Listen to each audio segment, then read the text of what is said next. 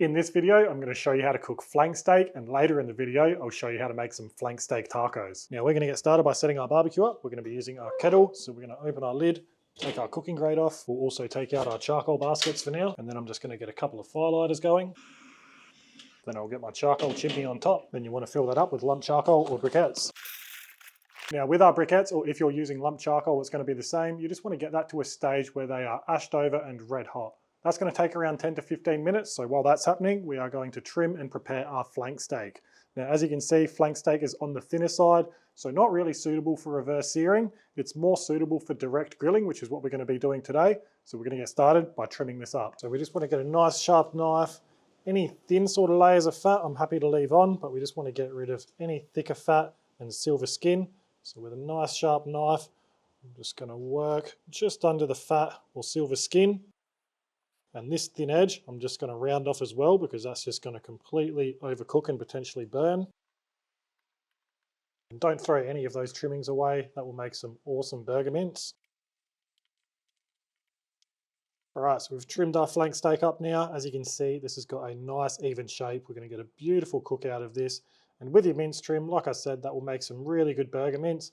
Make sure you're working with around 80% lean meat to 20% fat. I think that's a really good ratio for burger mince.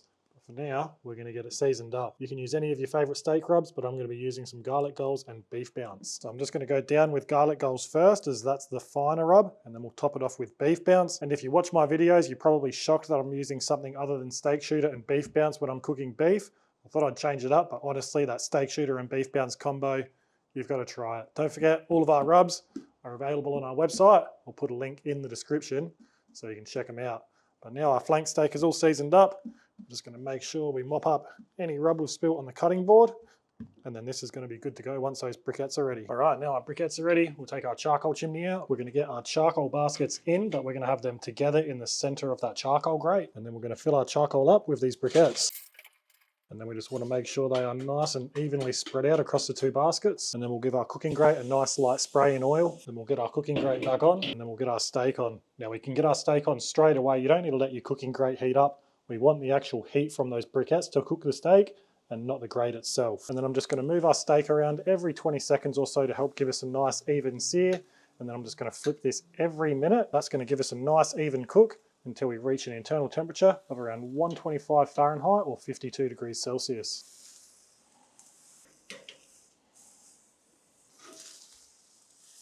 We're only just over 3 minutes into this cook, and you can see our steak's got some awesome color already.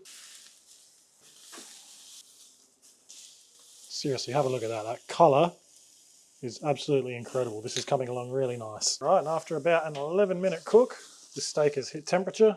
So we're going to get it off and onto a cake rack, which is on top of a tray. That's just going to help preserve that beautiful crust we've built up on that steak. Now, while our steak is resting, we're just going to make a quick, easy, but super tasty taco sauce. So right here, I've got one brown onion. I'm just going to use half of this. Just going to cut both ends off and just peel that. And then I've got 3 green jalapenos. I'm just going to chop the tops off them. And if you don't want it as spicy, you can cut them in half, scrape the seeds out, but I'm just going to leave them in. Now I'm just going to get a nice char on our onion and jalapenos. While that's happening, in our little food processor, I'm going to get 3 cloves of peeled garlic, a small handful of coriander leaves, and then I'm just going to squeeze in the juice of 2 limes. Then we can add a good pinch of salt, and then once your jalapenos and onion have got a nice char on them, you can add those in as well. Then we'll get our lid on and blitz it up. And then you can have a taste and adjust it to your liking. And then I'll toast some flour tortillas, and now we can slice our beautiful flank steak across the grain. Now that looks absolutely perfect. Now I'm just going to slice some nice thin strips, and we've got our tortillas here. We'll get some of that beautiful green sauce down. We'll get a couple of strips of steak on each, crumble over some feta cheese, and then I'm just going to top it with some roughly chopped coriander leaves. And that is simple, but it's going to be absolutely delicious. That sauce has got some kick to it, but God, that is good. And seriously, that steak, so tender.